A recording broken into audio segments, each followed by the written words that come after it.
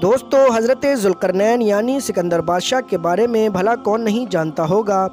दोस्तों, आपको तो पता ही होगा कि सिकंदर बादशाह पूरी दुनिया को जीतने के लिए निकले थे, लेकिन एक वक्त ऐसा भी आया था कि उन्होंने दुनिया के ज़्यादातर हिस्से पर अपनी हुकूमत को काबिज़ कर लिया था।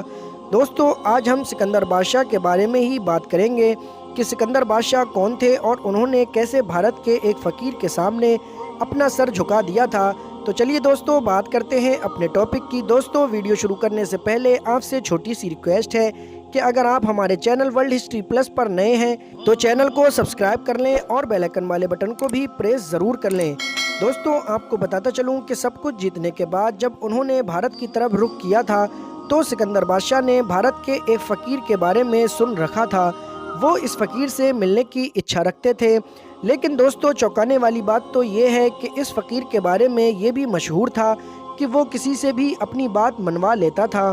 दुनिया का ज़्यादातर हिस्सा जीतने के बाद जब सिकंदर बादशाह इस फ़कीर से मिलने पहुँचे तो कुछ ऐसा हुआ कि वो सिकंदर बादशाह ज़िंदगी भर नहीं भूल पाए। दरअसल अपनी जीत की वजह से सिकंदर बादशाह को कुछ घमंड हो गया था, लेकिन जब वो उस फ़कीर के पास पहुँचे तो फ़कीर ने सिकंदर बादशाह का घमंड 2 मिनट में तोड़ दिया था।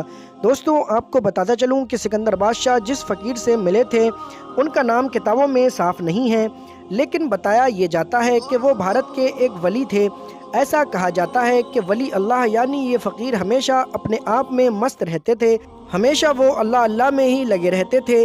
ये बात जब सिकंदर बादशाह को पता चली तो उन्होंने फ़कीर से मिलने की इच्छा जाहिर की थी। सिकंदर बादशाह इस फ़कीर के पास पहुँचे तो फ़कीर ने उनसे एक सवाल किया था कि तुम क्या कर रहे हो और आगे क्या करना चाहते हो। तो सिकंदर बादशाह ने इस बात का जवाब देते हुए कहा कि मैं एशिया महाद्वीप जीतने जा रहा हूँ, क्योंकि मैं पूरी दुनिया को जीतने के लिए निकला हूँ।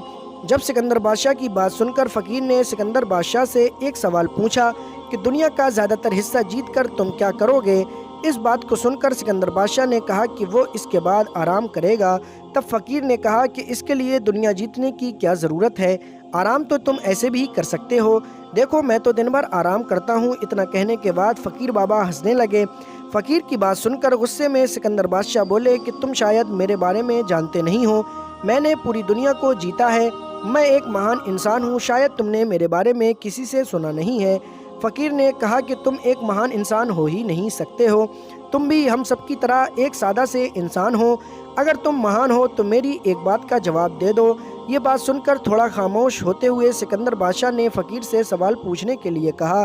फ़कीर ने सवाल पूछते हुए कहा कि अगर तुम किसी ऐसे रेगिस्तान में फंस जाओ जहाँ पानी एक बूंद भी ना हो और तुम प्यास से मरने वाले हो, तब कोई तुम्हारे पास एक गिलास पानी लेकर आए तो पानी के बदले में तुम क्या दोगे। ये सुनकर सिकंदर बादशाह सोच में पड़ गए।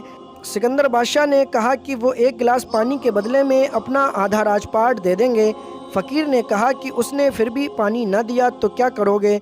तो वो बोले कि जान बचाने के लिए वो अपना सारा राजपाट उसको दे देंगे।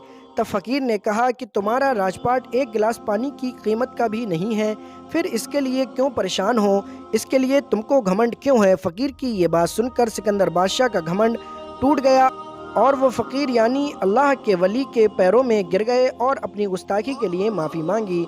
दोस्तों, इस कहानी से हमें पता चलता है कि इंसान के पास कितनी भी दौलत हो जाए लेकिन उसको कभी इतराना नहीं चाहिए। दोस्तों, आपको इस कहानी से क्या सबक मिला कमेंट बॉक्स में ज़रूर बताएं।